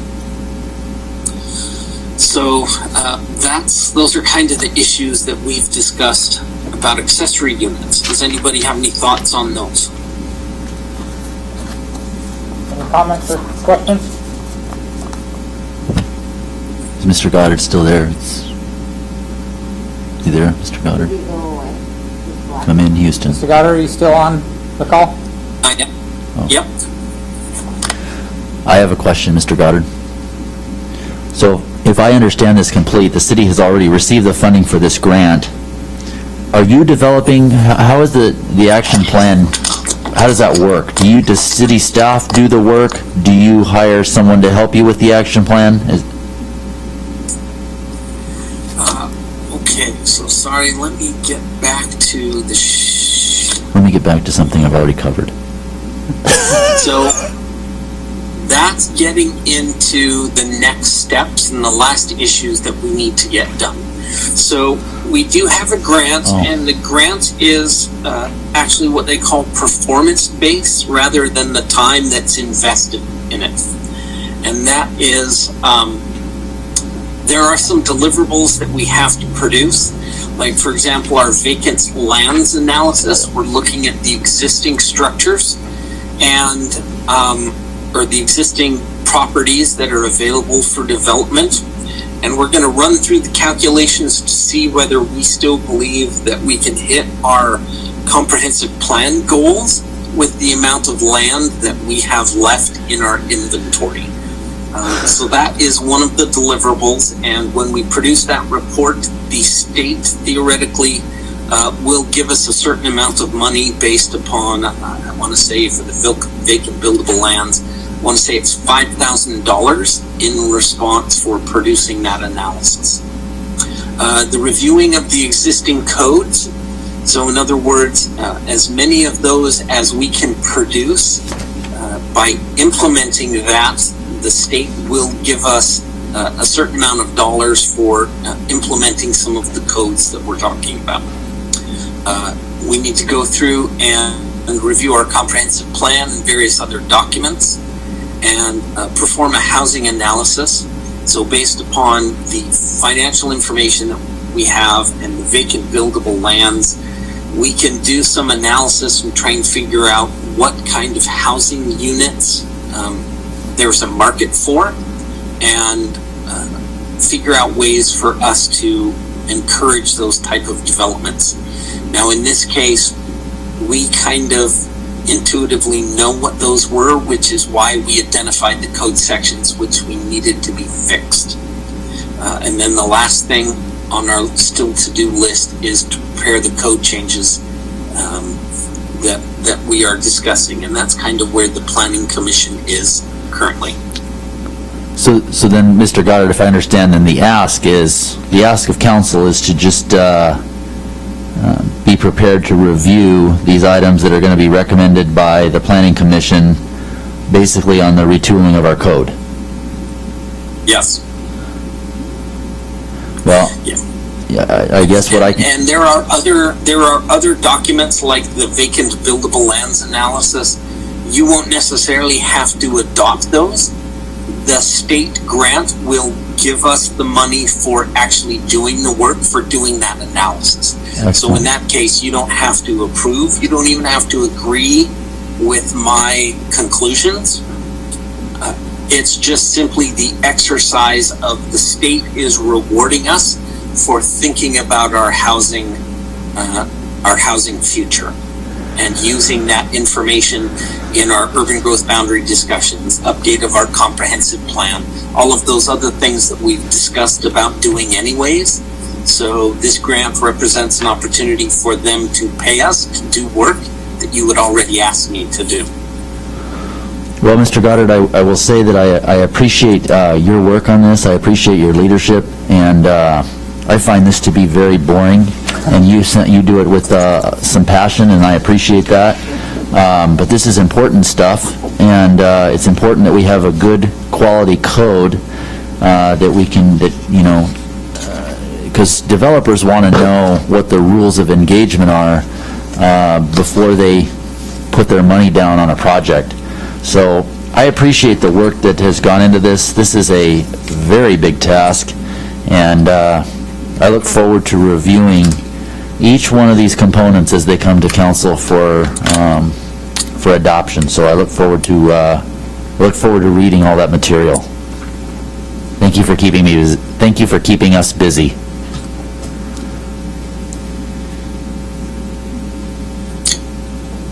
You're welcome.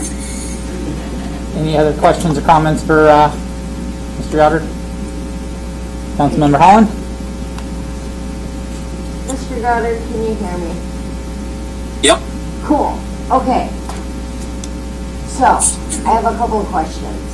So if I remember correctly, so this money's probably coming out of what, the housing trust fund of the state? The state housing trust. Is that where this money is coming from, the grant money? So, this money is, it's coming from the Department of Ecology, and if you give me a couple minutes, I might be able to send you what exact state fund this money is coming from. But I don't remember that off the top of my head, unfortunately. Okay, because if I remember correctly, when this bill was passed, and the purpose behind it was to, it was effectively a way to address the homeless population and providing housing opportunities for folks who currently don't have any available housing to them. So that was kind of the basis behind this. Which made me think, when you were talking about accessory dwelling units, one of the things I remember legislatively is that they made it so that like religious organizations could build tiny homes on their properties. Is that something that you've had come before you yet? So we have discussed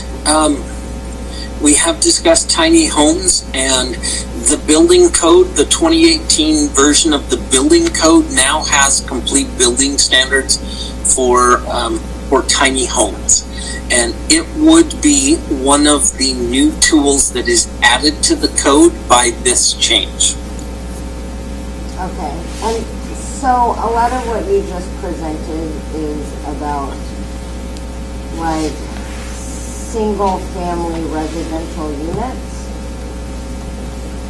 Is there anything in there for like multi-unit apartment complexes? Like you had mentioned, where things could go upwards to be able to hit, because we have no land left really to develop on. So if you went upwards, then you could probably meet the quota that you have for housing, correct? Yes. Okay. So there's essentially three major properties that are three large properties that are left for development, left in the city after our two most recent subdivisions. And all three of them are multi-family dwelling units. And our code actually is very effective at multifamily code opportunities. So we didn't necessarily have to implement any new changes.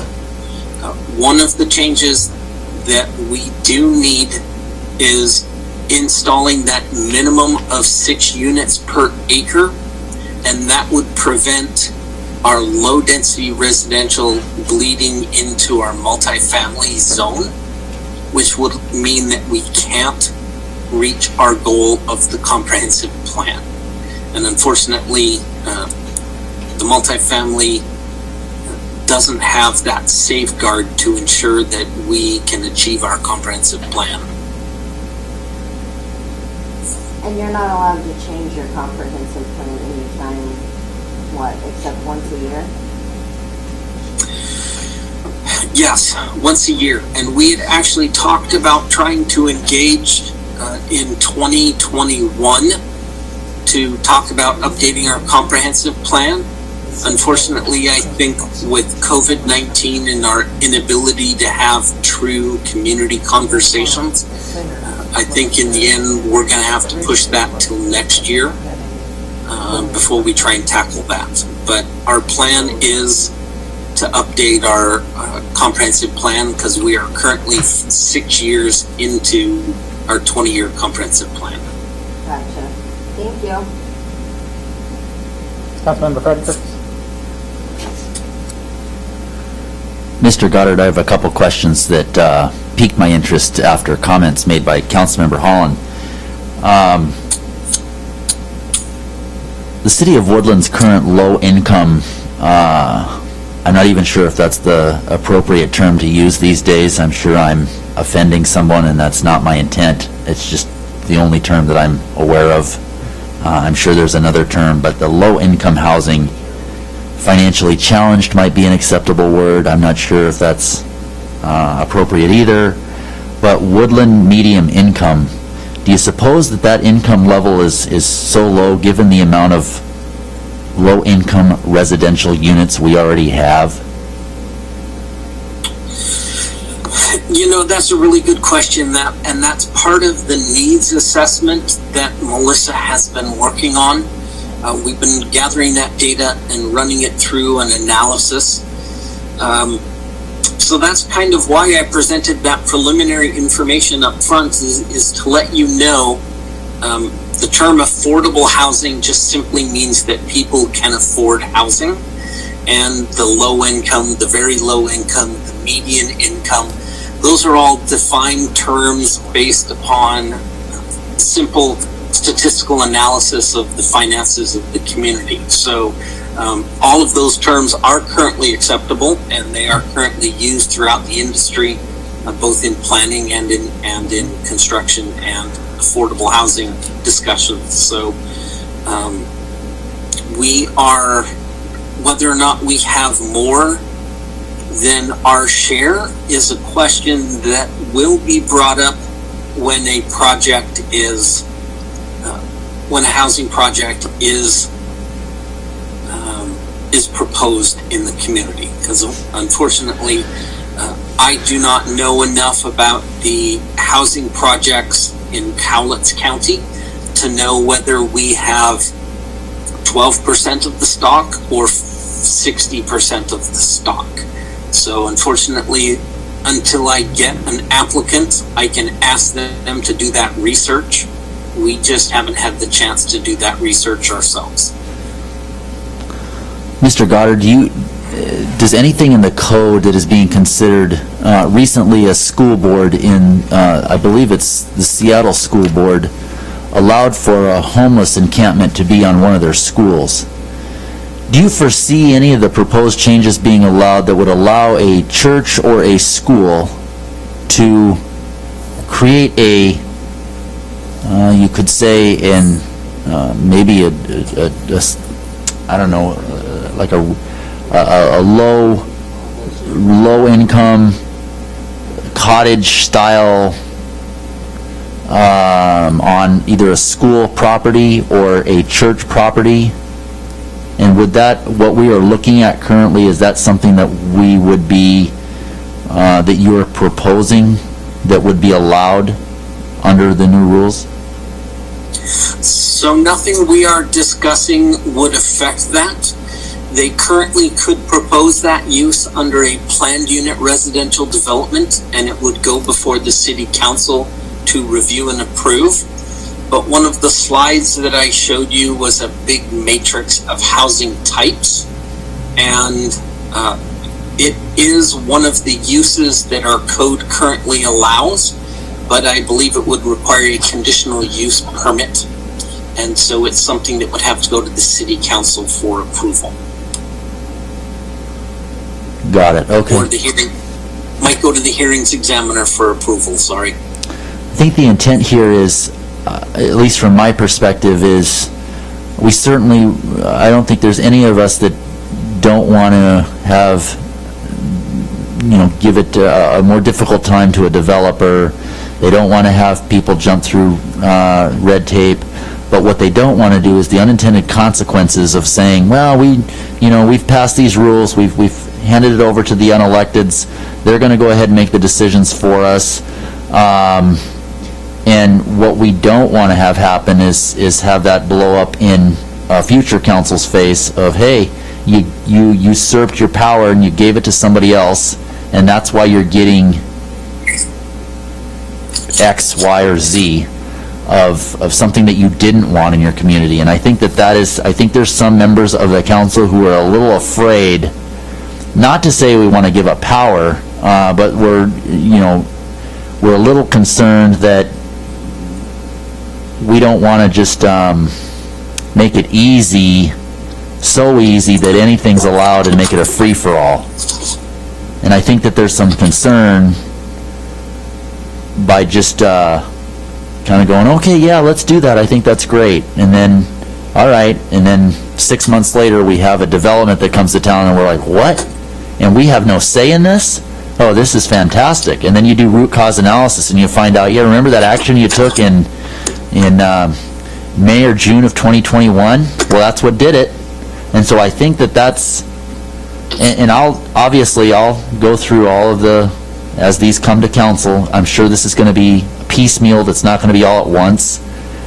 But I think that that's some of the concern. And if you could allay those concerns, I think that would help in what you're trying to do, which is, I understand what you're trying to do, and I think it's good. But I think there's some concern there that we're giving up some of our, I wouldn't say power, but some of our legislative responsibility, so to speak.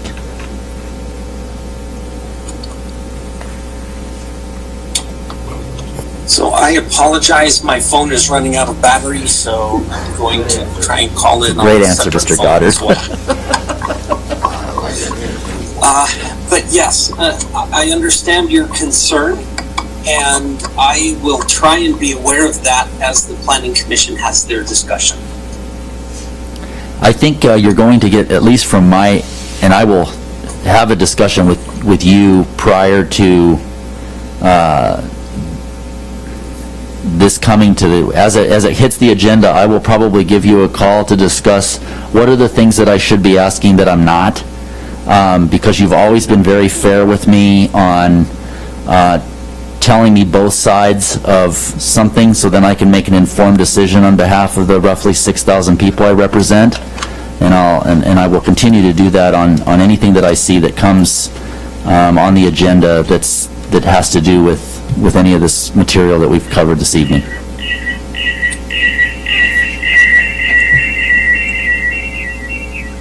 I apologize for that.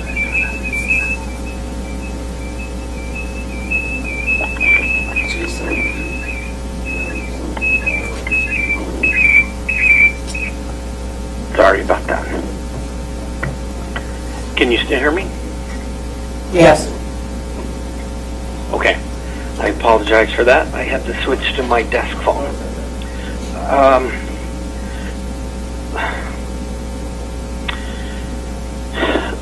I think one of the things that I would like to emphasize is because there was limited ability to get out and get involved with the community, is the Planning Commission and the staff have been very aware that what we are looking for is the ability to add tools for the community and keeping in mind this idea that we don't want to have shocking changes in the community as a result of development. But the philosophy of the city should be that everyone in the community should expect growth to occur. So you should expect changes in your neighborhood. They just shouldn't be shocking.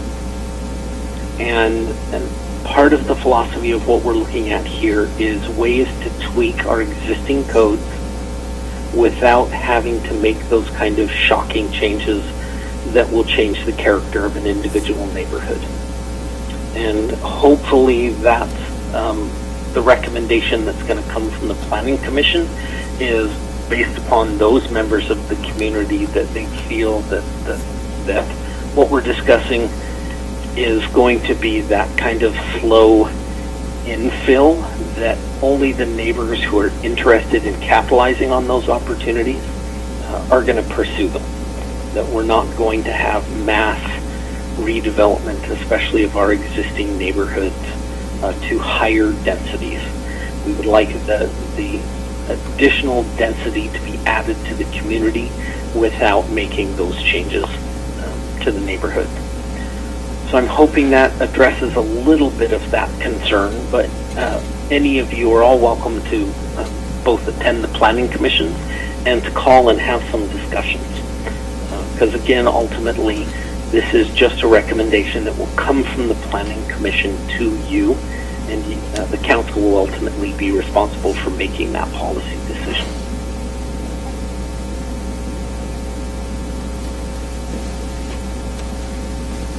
Thank you, Mr. Goddard. Any other questions or comments? Seeing none, I think we're ready to adjourn the workshop. Do we need a break before we, yes? Yes. Maybe take another 3-minute break before we go into executive session? Okay. We'll meet back here at... What bill was that? 9:07, I guess, so 5-minute break. 1923. And it was passed in 2019. Thank you. This conference is no longer being recorded.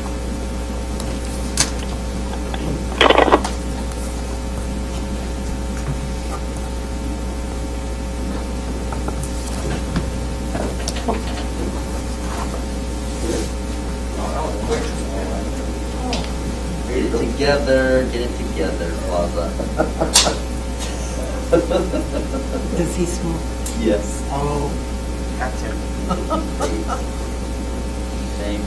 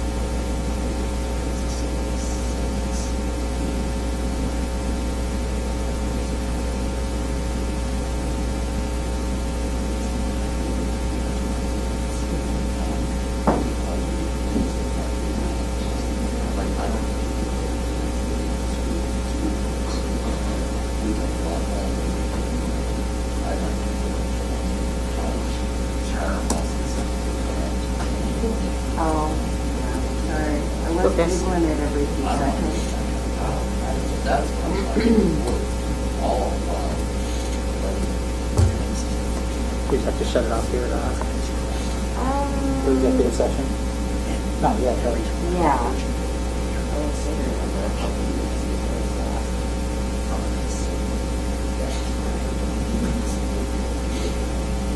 It wakes up a little slow, huh?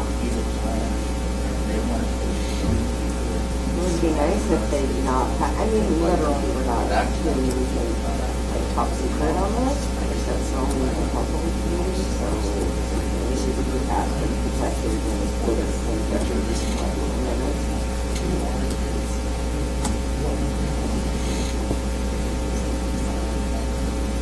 Russian North Korea consul. Right now? North Korean consul, It's coming in next. Just not sure. Oh, you're moving. Okay. You're just moving very slowly across the room.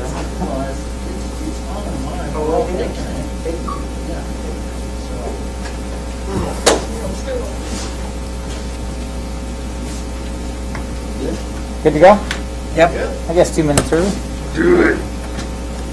then I was gonna totally get into my TikTok watching. Let's see. How much time do you need for, I'm thinking maybe 20 minutes. 20 minutes? First, see which way you all want to go. Okay. 20 minutes? It's going to be for potential or current litigation. And I would say the first is Potential current litigation? potential, or the category is Potential or litigation. current litigation. Potential or current litigation? Okay.